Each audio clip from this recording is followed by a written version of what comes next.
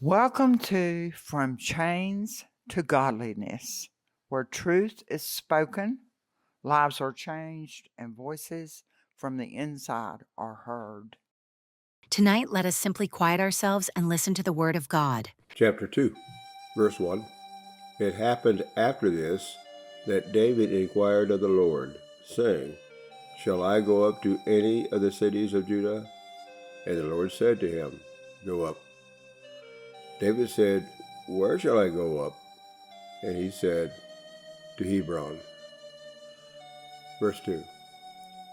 So David went up there, and his two wives also, Ahinoam the Jezreelitess, and Abigail, the widow of Nabal the Carmelite.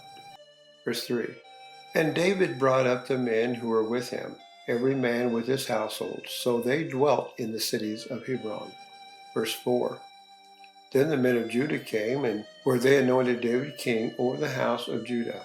And they told David, saying, The men of Jabesh Gilead were the ones who buried Saul.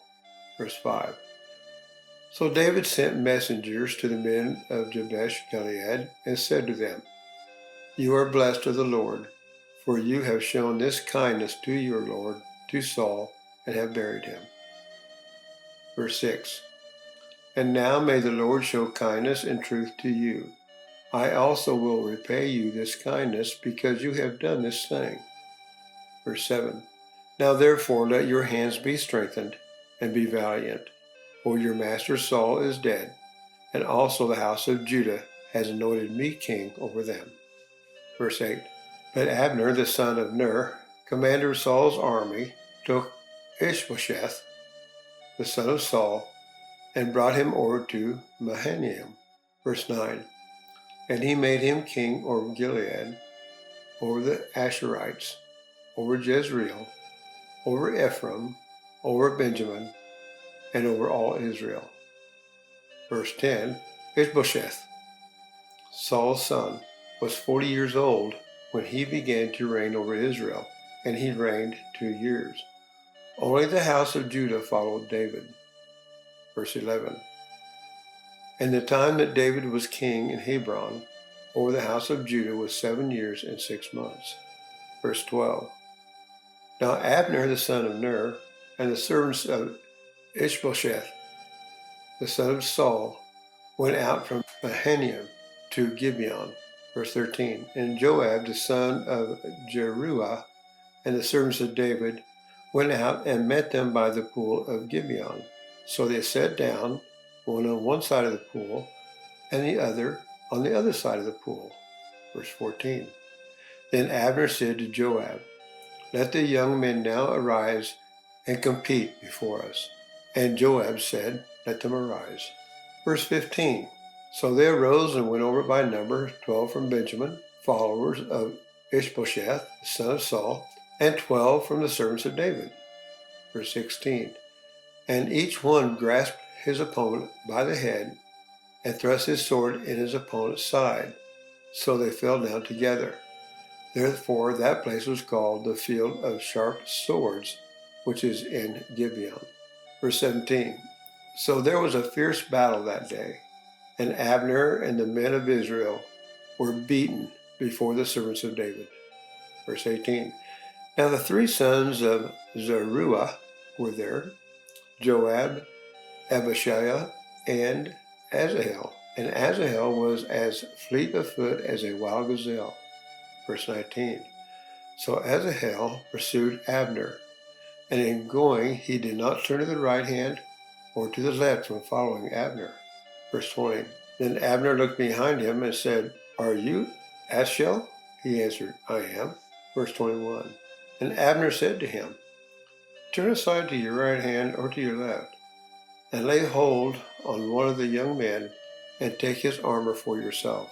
But Asahel would not turn aside from following him. Verse 22. So Abner said again to Asahel, Turn aside from following me. Why should I strike you to the ground? How then could I face your brother Joab?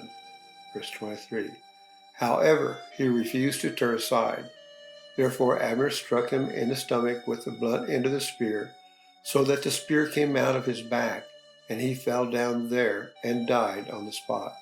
So it was that as many as came to the place where Asahel fell down and died stood still. Verse 24, Joab and Abishai also pursued Abner. And the sun was going down when they came to the hill of Abmah, which is before Giah, by the road of the wilderness of Gibeon. Verse 25, Now the children of Benjamin gathered together behind Abner and became a unit and took their stand on top of a hill. Verse 26, Then Abner called to Joab and said, Shall the sword devour forever? Do you not know that it will be bitter in the latter end? How long will it be then until you tell the people to return from pursuing their brethren? Verse 27, And Joab said, As God lives, unless you had spoken, surely then by morning all the people would have given up pursuing their brethren. Verse 28, So Joab blew a trumpet, and all the people stood still and did not pursue Israel any more, nor did they fight any more. Verse 29. Then Abner and his men went on all that night through the plain, crossed over the Jordan, and went through all Bithron, and they came to Mahanaim. Verse 30. So Joab returned from pursuing Abner, and when he had gathered all the people together, there were missing of David's servants 19 men and Asahel. Verse 31. But the servants of David had struck down of Benjamin and Abner's men 360 men who died.